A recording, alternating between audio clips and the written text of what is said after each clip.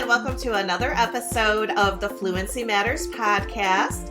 Michelle Kint and I are here today with our special guest, Claudia Elliott. Claudia is going to be joining us this summer at the Fluency Matters conference. She's going to be teaching our intermediate Spanish language lab class. Claudia, we're so excited that you're joining us, and we would just like you to start out today by telling us a little bit about yourself. Thank you so much, Kristy. Thank you, Michelle, for the invitation. And I am so excited to be in the language lab this year. And I'm so excited that we're going to be in my state. So my name is Claudia Elliott, and I'm a Spanish teacher. I started teaching Spanish in 2005. And I just cannot count the years anymore because who wants to do that, right? Like after so many years, it's like, I'm not going to do that anymore. So if you want to do it, feel free. But I've been teaching many, many years.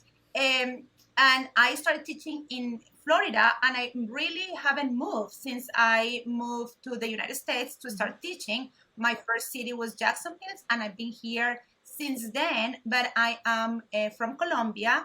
And I was raised, and I went to college. I went to law school in Colombia. So I never even imagined that I was going to be a Spanish teacher. But, here I am. Mm-hmm.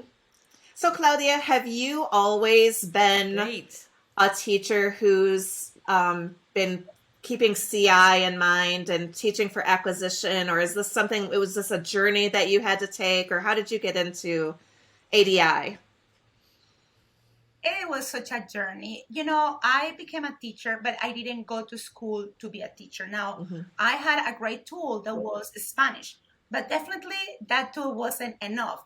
And I knew that because I went to law school. I practiced law for 10 years in my country. My dad was a lawyer, but my mom was a teacher. My mom was a college professor. So when I became a teacher, I knew that I needed to do some more studying. And it was like the first or second year that I just totally noticed. When people were saying, oh, you need to keep your class 90% in the target language. I'm like, yeah, that is not happening in my class. Oh, your students are going to become like novice mid or novice high by the first year. Like, yep, that's not happening in my class. And I was like, so that is not happening in my class. That is not happening in my class. And I became curious. Like I didn't have anything. I had my textbook and my language. And that's anything that I was doing in my class, but I became curious. I was like, I know that people are doing things different. I know that they haven't seen results. And I want that for my students. I want my students to have that experience. I want my students to become proficient. I want to really develop language, cultural competence. So I start reading. I start looking. I didn't have any social media. I mean, really social media became a thing for me like 3 years ago. But before there were blogs. And I started reading at blogs. And then I was listening to podcasts. And I started buying books. And I started going to conferences. And little by little, I really kind of like made a dramatic transformation in my class. Wow, that's such a familiar story. I feel like great. We hear stories like that from so many people that just they knew something was missing. They weren't sure what it was, and just kind of gradually uncovering everything that you now know. I had the privilege. Yeah. Before you jump in there, Kristy, I had the privilege of visiting Claudia's classroom in February. And it was amazing to watch you teach, Claudia. You really engage with your students. You could tell that by February, you had some great little jokes going with your students. And the entire class was in Spanish. I was so impressed. And they were a level 1 class. And I just really enjoyed it. I improved my Spanish a little bit. I still remember a little bit of the story that you told. And it was a lot of fun. So I really was very pleased to watch you teach. And I know you're going to be a great addition to our conference this summer. I am super excited to go because, and you saw a class, and that was a great class, but not all the classes are the same. So I think I always want to do a disclaimer where, because I was that teacher. I was a teacher listening to other teachers. I'm feeling like so bad, like feeling like, okay, I'm never going to be that. It will never happen in my class. And I think I still have classes. I still have that class, or I still have that year. But at the end, I think for me, the difference is that I know that I can change. So I know that there are things that I can change in my class. I know, and I can ask myself questions like, am I connecting with my students? Am I keeping communication at the heart? Am I being comprehensible? Am I providing enough support? Am I going too fast? Am I going too slow? So I have tools now that help me troubleshoot when I have those moments, because I do have them. I have moments that I say like, okay, we need to reset. This is not working. Let me see what happens. And I just feel like that is the empowerment that you have of going and see other teachers teach and brief them and debrief with them, because sometimes in social media we get great ideas in blogs, in podcasts, but you get kind of like the great moments, right? Like the brilliant moments, the incredible strategies that work amazing in my class. But sometimes we just don't get the entire picture, and that can be very intimidating for teachers. It can be very demotivating for teachers. So what I'm excited about the language lab is that not only teachers are going to be able to, see me, the good, the bad, the not great, but see me teaching, but also we can talk about it. And we can talk about it and say, okay, what is working? What was the why behind that activity? Why you choose to do X instead of Y? How will work if you do this? And that is when you really empower yourself to be you, because I cannot be Kristy, I cannot be Michelle. I mean, I admire you both, and I think you're amazing teachers, but I have to be Claudia in my class, because I think my students see that authenticity in me, and then we can connect on a real level. So that is what I'm super excited. And I think language labs, we need to do more, because they are so powerful. I know when I've observed other teachers, and I've had lots of teachers come and observe me, and I feel like sometimes I notice something about their classroom or about their teaching that they didn't even think twice about. It's just like, oh, that's just normal for them. But I come in and it's like a big aha moment for me when I realize that they do something a certain way. And I think that's one reason why these language labs are so powerful. You're not going to be perfect every single moment of the teaching. And, your students are probably going to be a little bit more perfect than they would be in a typical classroom scenario. So you don't get that classroom management necessarily, but you still get to see the essence of that person as an educator, and you can get a sense for what they feel is important and the routines that they might normally have in their class. And I love to just get a glimpse into someone else's space, because I feel like we don't do that nearly enough in education. No. Absolutely. And I think that is so necessary. And not only seeing you in that, like just teaching, but also the conversations. Right. I know that for me, those conversations have helped me grow so much as a teacher, because it's just, I think we all have our different path, a different context, different personalities. But it's when you start talking to people and to other language teachers who have something in common. Because if we are having about, teachers coming to this conference in St. Petersburg, you know that all of them have something in common. There is one thing that all of us have in common, and it is this like deep desire to impact our learners. This like belief of the importance of our classes. And the reality is that we have two fights, right? Like and I'm saying two fights in the positive way, because we want to engage our students. We want to improve proficiency. We want to support language competence, but we also have to defend our own classes. So we have that in common. We have those two big goals, that is impact our students. Right. So we have that in common, and that is what makes us believe on the same thing and be friends and learn from each other, even if I don't necessarily do things as you would do it. And I think that's the power of conferences, and especially language labs. So, Claudia, you seem like we're excited. That is... Sorry about that.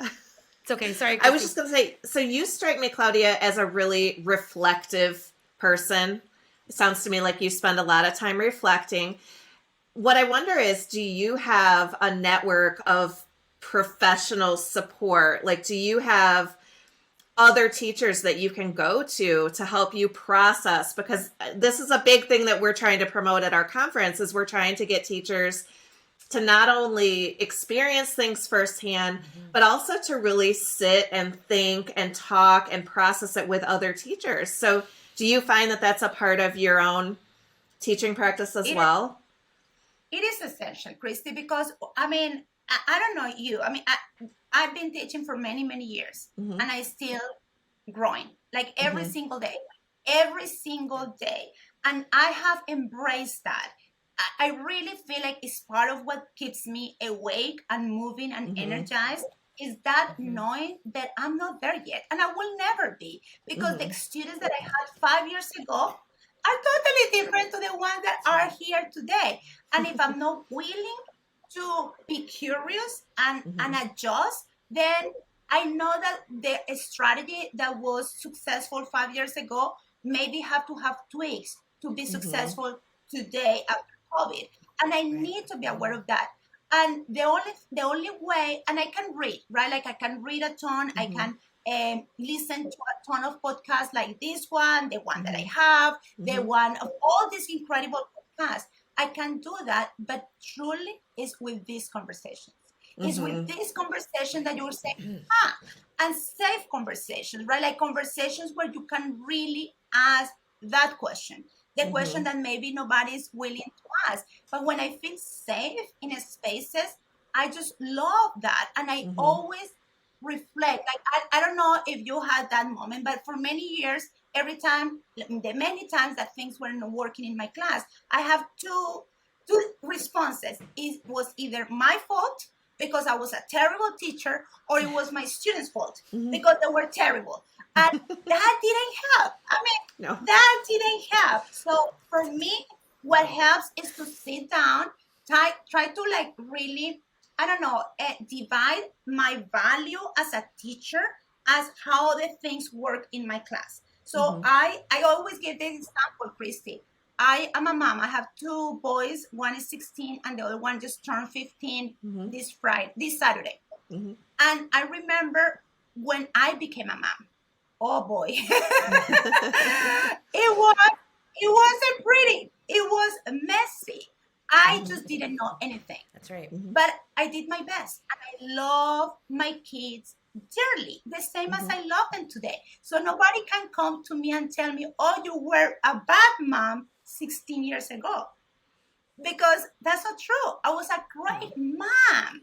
And so like right now, what allows me to be very vulnerable as a teacher is to know that I am a great teacher. I've always been a great teacher. Even though I had a textbook, even though I spent 3 classes in a row explaining the verb ser and estar, even though I used a little bit of Spanish, I was a great teacher with the tools that I had at that point. Yes. And I think when right? I mean, like, that is, I think it's so important that we tell all the teachers, we're on this together. We are all growing. Right. And it's with reflections and conversation that you can make that better for you. Yeah, I love that.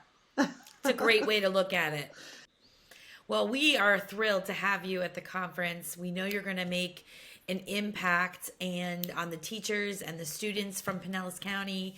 And we're just so excited that you want to be a part of it, Claudia, and just to show what you do with your acquisition-driven instruction, and for people to be able to look at it and pick the pieces that work for them and ask themselves the questions like, could I put that in my teaching? Is this something I need to work on a little bit more? And these are just great ways that the conference, like you said, makes an impact on the people who attend, because they get a chance to just talk and discuss, and these people become your best friends over the course of time. And we're just excited, and we're excited for the role that you're going to play with us. I am super excited. I'm really excited that it's going to be because I teach Spanish 1, which is my novice class, but then I teach Spanish 3, IB, and AP Spanish.